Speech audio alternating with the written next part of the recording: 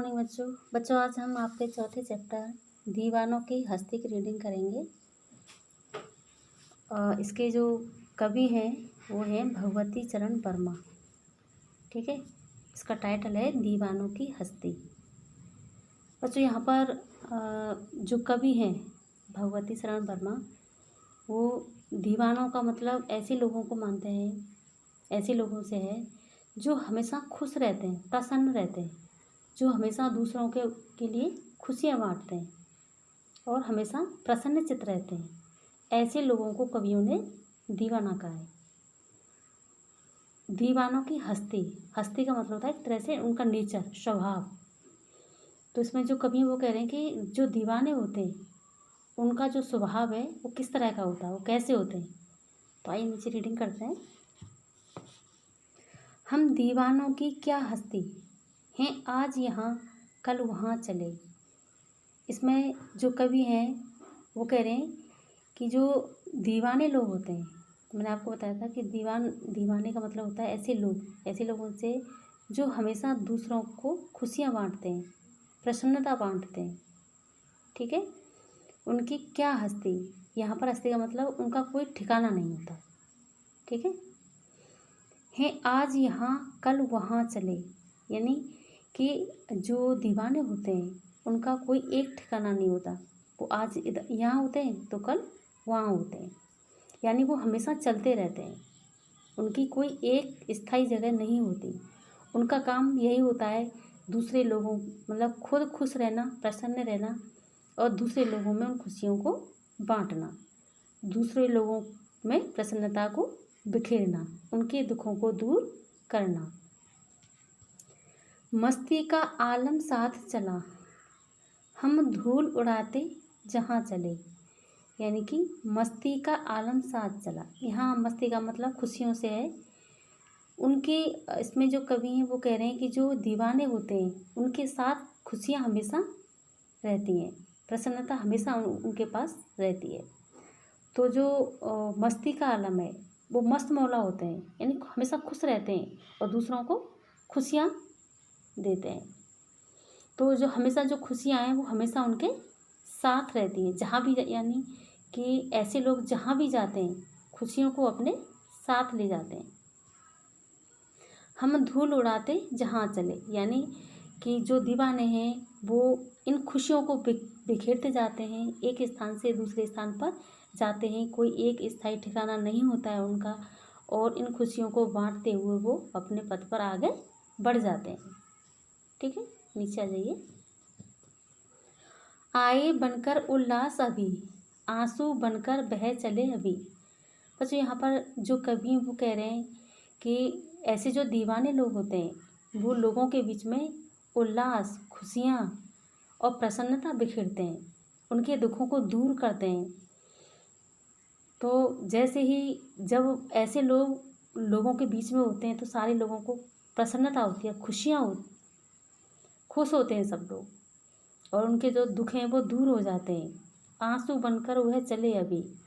और जब ऐसे प्रसन्नचित्त वाले लोग, खुशियाँ बिखेरने वाले लोग उनसे दूर चले जाते हैं तो लोगों को दुख होता है उनका। वो कहते हैं कि ऐसे लोग हमेशा उनके पास ही रहें, उनको छोड़कर नहीं जाएं। लेकिन दीवानों का कोई एक स्थायी ठिकाना नहीं होता, वो एक स्थान से दूसरे स्थान पर चलते ही रहते हैं। ठीक है, सब कहते ही रह गए अरे, तुम कैसे आए कहाँ चले, यानी जब ऐसे प्रसन्नता बिखेरने वाले लोग जब आगे बढ़ जाते हैं, लोगों को छोड़कर आगे के लिए चलते हैं, अग्रसर होते हैं, तो लोग यही कहकर रह जाते हैं कि तुम कहाँ चले, क्यों जा रहे हो हमें छोड़कर, तुम कैसे आए और क्यों चल दिए। यानी उनको ये लगता है कि उनकी जो खुशियाँ हैं वो हमेशा ऐसे ही बनी रहे, ऐसे लोग हमेशा उनके बीच में ही रहें, उनको कभी छोड़कर ना जाए। किस ओर चले ये मत पूछो, चलना है बस इसलिए चले।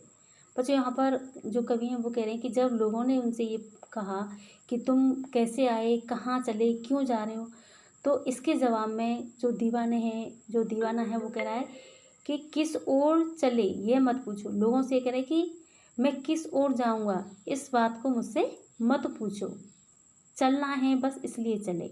यानी कि उसका जो दीवाने हैं उनका कोई ठिकाना नहीं है, कोई स्थायी पता नहीं है। वो उनका उनका काम तो यही है कि लोगों को प्रसन्नता देना, उन्हें खुशियाँ देना, उनके दुखों को बांटना और उनके दुखों को अपने ऊपर लेना। ठीक है, वो कहते हैं कि हमारा कोई स्थायी ठिकाना नहीं है, हमसे ये मत पूछो कि हम कहाँ जा रहे हैं, क्यों जा रहे हैं। बस हमारा काम चलना है, यानी आगे बढ़ना है, इसीलिए हम चलते हैं।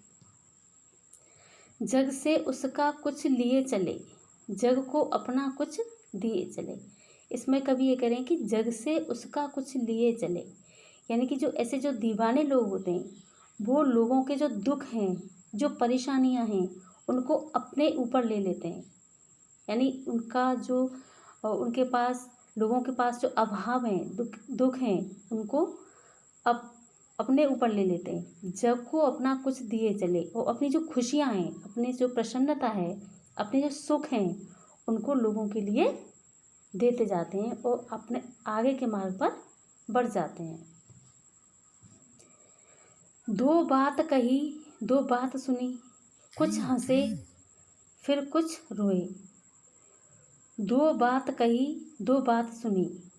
यानी कि ऐसे जो लोग होते हैं दो बात कहते हैं और लोगों मतलब कुछ तो लोगों से कहते हैं, यानी अपनी प्रसन्नता को लोगों के बीच में बांटते हैं, लोगों की बातें सुनते हैं।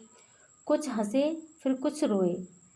यानी कि ऐसे कुछ लोग हंसे, यानी कि जब उन्होंने लोगों को खुशियाँ दी, प्रसन्नता दी, लोगों के मन में खुशियाँ भर गईं, वो हंस पड़े। और फिर कुछ रोए, यानी कि ऐसे लोगों के पास कुछ दुख भी होते हैं। यानी कि जैसे बहुत से लोग होते हैं जिन्होंने इनके साथ कुछ बुरा व्यवहार किया, तो ऐसा सोचकर कुछ उसे रोना भी आ गया।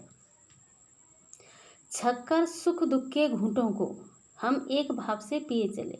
इसमें जो कवि हैं वो कह रहे हैं कि जो दीवाने लोग होते हैं, छक्कर मतलब होता है मन भरकर, सुख और दुख के घूंटों को। बच्चों जिस तरह से जैसे हम पानी पीते हैं, पानी को घूंट घूंट करके पीते हैं, वैसे ही जो दीवाने लोग होते हैं वो सुख और दुख के घूंटों को समान भाव से, एक भाव से पीते हैं।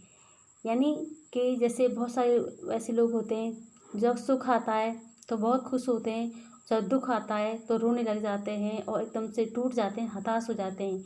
तो दीवानों की ये विशेषता नहीं है। दीवाने लोग ऐसे होते हैं, चाहे सुख हो चाहे दुख हो, दोनों में ही समभाव से चलते हैं, दोनों को ही समभाव से मानते हैं। हम भिखमंगों की दुनिया में स्वच्छंद लुटाकर प्यार चले।